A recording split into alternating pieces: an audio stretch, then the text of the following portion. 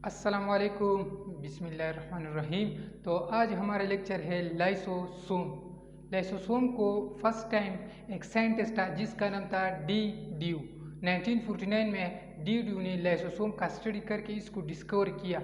Lysosome का मतलब क्या है?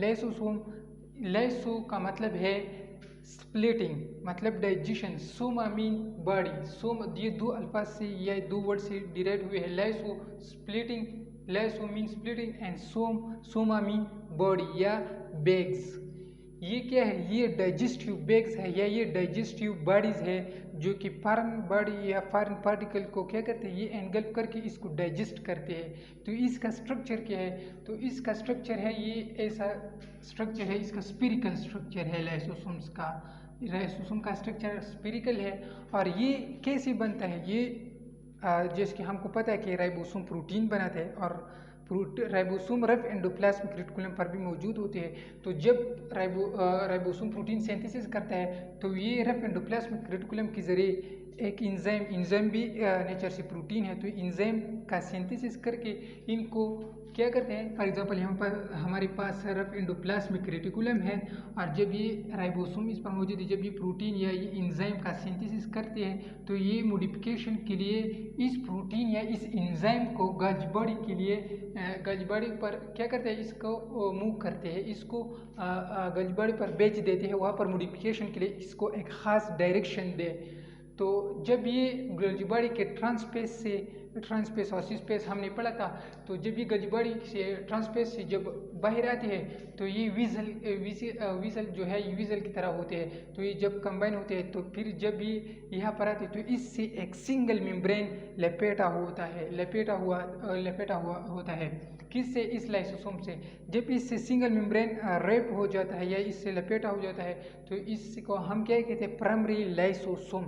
सेकेंडरी लाइसोसोम तब हम इसको कहेंगे जब फॉरेन बॉडी या फॉरेन मटेरियल या फॉरेन पार्टिकल जब इस प्राइमरी लाइसोसोम को एंटर हो जाते हैं डाइजेशन के लिए, स्प्लिटिंग के लिए, तो इसको हम फिर सेकेंडरी लाइसोसोम कहेंगे। तो दूसरा है क्या है कि इसमें एक ख़ास किस्म का एंजाइम मौजूद होती है जिसको हम क्या कहते हैं? जिसको हम हाइड्रोलाइज एंजाइम और एसिड फास्फेटेज एंजाइम कहते हैं। ये दोनों लाइसोसोम में मौजूद होते हैं। इसका काम क्या है? इसका काम ये है कि ये इसमें जो पार्टिकल्स है या सब्सटेंस है उसका तोड़ फोड़ करते हैं। इसमें आपके जहन में क्वेश्चन भी आ रहा है कि इसमें जो एसिड है ये इसकी मेम्ब्रेन इसको नुकसान क्यों नहीं पहुंचाता, हार्म नहीं करता? तो इसका आंसर ये है कि इसके मेम्ब्रेन में एक ख़ास किस्म की दूसरे एंजाइम्स मौजूद होते हैं जिसको हम लेबलाइजर और क्या कहते हैं, सियालिक एसिड, जिसकी पीएच ज़्यादा होते हैं, मतलब इसकी पीएच ज़्यादा होती है तो एसिडिटी कम होती है। तो ये इस मेम्ब्रेन की हिफाजत करता है इस हाइड्रोलाइज और एसिड फास्फेटेज से। तो इसको हाँ लाइसोसोम एक अहम एमसीक्यूज़ है ये कि ये जो लाइसोसोम जो है ये एक अहम एमसीक्यूज़ है कि the stomach of the cell is dash. तो स्टमक ऑफ द सेल क्या है? स्टमक ऑफ द सेल को हम लाइसोसोम कहते हैं या लाइसोसोम को हम स्टमक ऑफ द सेल भी कहते हैं। लाइसोसोम को हम स्टमक ऑफ द सेल इसलिए कहते हैं कि ये पार्टिकल या सब्सटेंस को क्या करता है? ये डाइजेस्ट करता है। तो इसको स्टमक ऑफ द सेल भी कहते हैं। लेकिन ये दूसरा एमसीक्यूज़ भी है यहाँ, इसको सुसाइडल बैग्स भी कहते हैं। सुसाइडल बैग्स इसलिए इसको कहते हैं जब सेल्स में कोई जगह ख़राब होता है या वो डिफंक्शन होता है, वो काम नहीं करता, तो इसलिए ये सुसाइडल बैग इसलिए इसको कहा जाता है कि वो इसमें ख़ास किस्म एसिड फास्फेटेज एंजाइम होते हैं। ये सेल के उस ख़राब जगह पर जाते हैं जो सेल के लिए काम नहीं करते, तो वहाँ पर इस को एक बर्स्टिंग का अमल करता है। तो ये जब इस वहाँ पर बर्स्टिंग अमल करता है तो इसमें जो एसिड है वो एसिड क्या करता है? उस सेल के इस ख़राब पार्ट को ख़त्म करते हैं। और ये किस तरह ख़त्म करते हैं? ये सुसाइडल अटैक करता है, इसको ये ख़ुद को भी ख़त्म करता है, इसलिए इसको हम सुसाइडल अटैक और इसको हम क्या कहते हैं? इस लाइसोसोम को सुसाइडल बैग्स कहते हैं। तो दूसरा है इसका मैंने आपको यह दिखाया कि ये लाइसोसोम है, इसमें मेम्ब्रेन, इसमें जो अंदर मैंने डार्ट वाला दिखाया ये इसमें क्या है? ये इसमें एंजाइम्स है। एसिड्स एंजाइम्स है, प्रोटीन से बनी हुई एंजाइम है। तो इस लाइसोसोम्स का फंक्शन क्या है, तो आते हैं इस फंक्शन पे। इसका फंक्शन क्या है, तो इसका मेन फंक्शन ये है कि ये फॉरेन बॉडी या फॉरेन सब्सटेंस जब आते हैं जो सेल के लिए नुकसानदेह होते हैं, जो सेल के नुकसान पहुंचाते हैं, तो ये क्या करते हैं, उसको खाते हैं, इसको खाते हैं, तो इसको डाइजेस्ट करता है, इसको स्प्लिट करता है, इसको तोड़ फोड़ करते हैं। तो जब भी इसको तोड़ फोड़ का अमल करते हैं तो ये इस प्रोसेस को हम पेगोसाइटोसिस कहते हैं। Phagocytosis, the process of splitting of a particles inside the cell is called phagocytosis. Phagocytosis भी हमने पढ़ा था। ये भी फिर दो किस्म के होते हैं, एक्सोसाइटोसिस एंडोसाइटोसिस। ये नहीं, ये दूसरा टॉपिक है। तो लाइसोसोम क्या है, लाइसोसोम उस सेल्स में ज़्यादा होंगे जो कि क्या करते हैं, जिसमें ज़्यादा पेगोसाइटोटिक प्रोसेस होगा।